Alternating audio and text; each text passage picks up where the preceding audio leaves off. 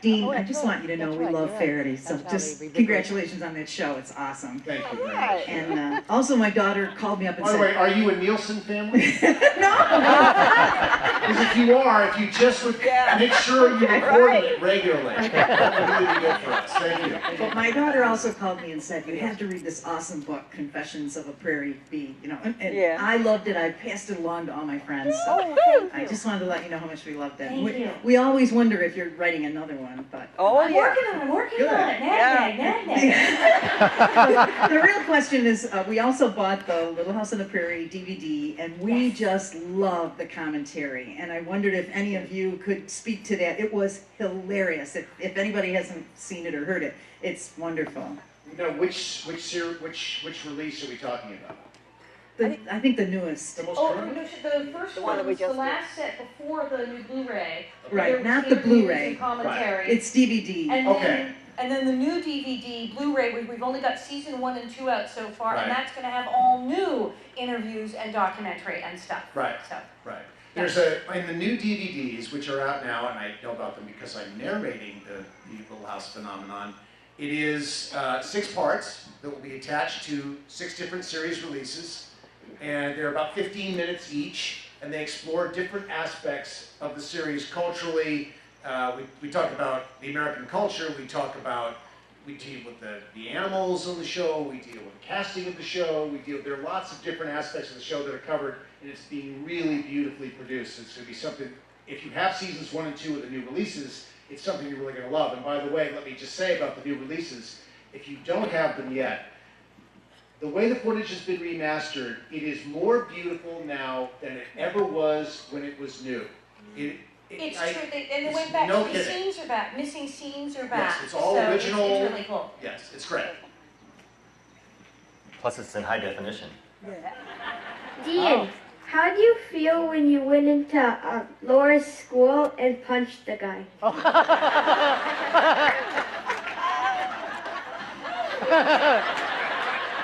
This was not a great moment in Almanzo's life. Really. I mean, to go in and punch out a 12-year-old. What was he? No, he was probably 14? Yeah. Do you remember what the character's name was? I don't... Chad. Oh my God! Chad. Good for you. Yeah, see, you always want to punch out a kid named Chad. So, but that episode was a real turning point for the Laura Almanzo relationship. It was definitely a transition for Melissa in the way that she was going to be playing Laura for the rest of her time. She was going from the known in her life to the unknown in her life. And it was pretty amazing how she pulled it off. I liked punching out the kid.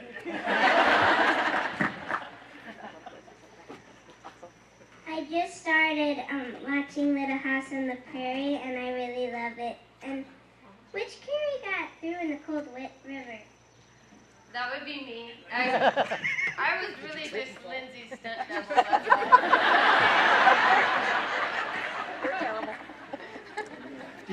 Did you fall into the river? Or?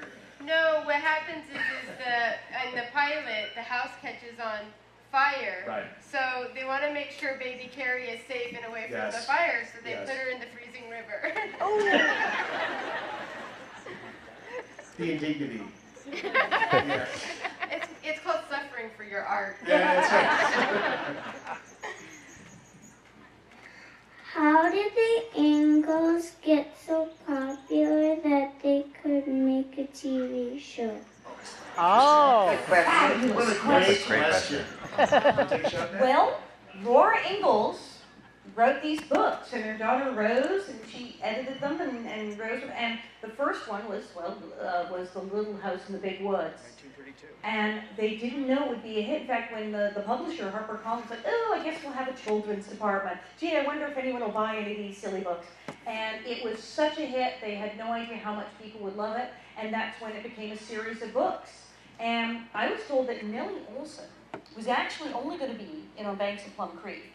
And then, then they moved away, and Nellie wasn't supposed to come back. But even then, people were writing into Laura, going, more Nellie, and so it's morning. But these books really they've been so popular, they've been printed over and over and over and over again in every language. They're in 29 languages. They're in 29 languages. They're in 29 languages.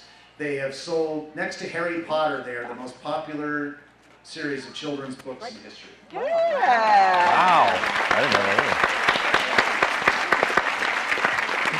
And I had never read the Little House on the Prairie books until I was cast as Miss Beadle. And then I thought, oh my God, I better go get a book. So I was at a flea market and I saw a book. I went, okay, I got it. I didn't know it was a series of books. I picked up the book. I thought, oh, I got it. I opened it up and Mary goes blind and the dog dies. What the heck?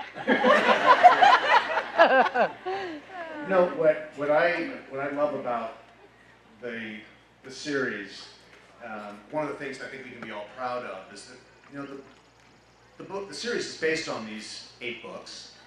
Obviously, you couldn't stick closely to the 8 books, so you would never have been able to do 10 seasons of shows. And I know that the bookies out there get a little crazy when they hear that because they want you to do every moment from the books, but it just wasn't possible to do it that way. Michael was very clear that he couldn't do that. But I think what we did do, what he did, what the writers did, we all were involved in, was continuing the tone and feeling of the books in a very authentic, wonderful, heartfelt way. These were the stories told from a young girl's perspective, now a girl growing into adolescence, coming to a time when she's going to get married.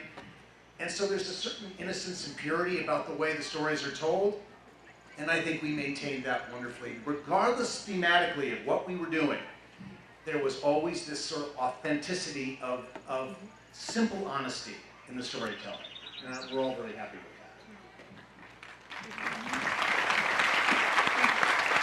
Okay, I'm super excited to be here, and I'm really thankful to be here and see you. I was just wondering, I always appreciate a lot of the stories about adoption in the series, and I was just wondering, was that Michael Landon influence, or why was that such a thread that went through the stories? Interesting question. Anyone know that? I think Michael loved the idea of family. That was a very important thing in his life because as a young boy, he did not have a great family. He did not have a great experience growing up in the home that he grew up in. And I think he saw Little House as the opportunity to create a family that was the idyllic family that he could be a part of. And so I think there was something, he just wanted people to belong. I think that was really the important thing. Children need to belong to a family. Adults need children in their lives. I think this was just, Michael believed in this very strongly, and it's a recurrent theme throughout the series, no question.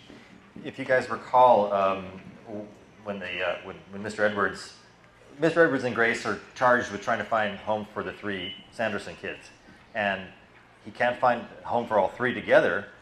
Somebody wants the 2 sons to work the farm. Someone wants the daughter to take to the city with her, and it so was heartbreaking to the character of Mr. Edwards and Grace that they just decided then and there to get married so they could keep the 3 kids together. So there's a sacrifice and an achievement in terms of the union of Grace and Mr. Edwards, Isaiah. They get together and they also heal this family that would have otherwise been broken up. So clearly that's another example of the adoption theme. That's a great question. Thanks. Been watching you guys since I was 6 years old in 1974, Monday night appointment television with my mother, and still watch it to this day and have all the DVDs, including the new ones, even though I have all the original ones. Cool. So, Wow. part of the thing that's always been curious to me is the relationships. One is around Ma, since we have the 2 sets of twins, what Karen Grassley was really like. And then your relationship being, I'm assuming, older than Melissa Gilbert was on the show, Dean, sorry. If it was awkward, especially that Sweet 16 when you had to kiss and then, ended up being married. I can speak to that, the Laura and Almanzo relationship, I think, and you'll notice that I say Almanzo now. I've come to the point where I believe that we got it wrong on the show. The man's name was Almanzo. And I don't know where it got to be El Monzo, but once you said it, we were stuck with it. And it was El Monzo. But how do you're El Monzo, but your nickname is Manny? But if you're El Manzo and your nickname's Manny, that sort of makes sense. Anyway, the relationship. I think any success that we had with this relationship, I think you have to give an enormous amount of credit to Melissa Gilbert for, because she could have gone so the other way with this. She could have frozen up on it. She could have said, I can't do this. She could have made it very difficult. And I think as it was, she did her very best to step forward as she wrote in her book. You know, she just put her costume on and said, I'm going to go be the Laura I'm supposed to be. And she really braved, and I think Melissa's one of the most fearless people I've ever known. And this is part of it. And you know what, my job was to be the man who loved Laura. You know, and that's what I was trying to do for the 5 years, and whatever form that took. And no question, the 8 years difference in our age was significant. 15 and 23 is a big difference. Now, you know, at 50 and 58, we can be very good friends. We can have a nice rapport. Now we're on even territory. At that point, there was no way. We couldn't socialize away from the set at all. There was no relationship beyond what was done in front of the camera, because it just had to be that way. So, but we did our best, and everyone seems to have been. I've always been so gratified by people when people say how much the relationship worked for them and they were moved by it. It was, you know, we just were doing what we were asked to do. So, and loved doing it.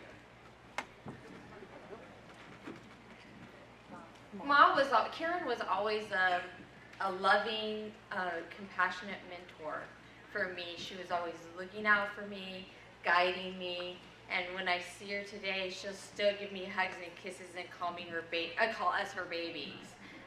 She was just always there for me when I needed her, and sometimes I needed a little bit of strong guidance, and she would silently and strongly push me out of where I shouldn't be to where I should be. Even if it was between breaks and cuts, she'd be like, you know. And she was always helping me and always very loving, but she was not stern but strong with me when I needed to be. And but she was always just loving, and still is today. I think that Karen was just like a mom.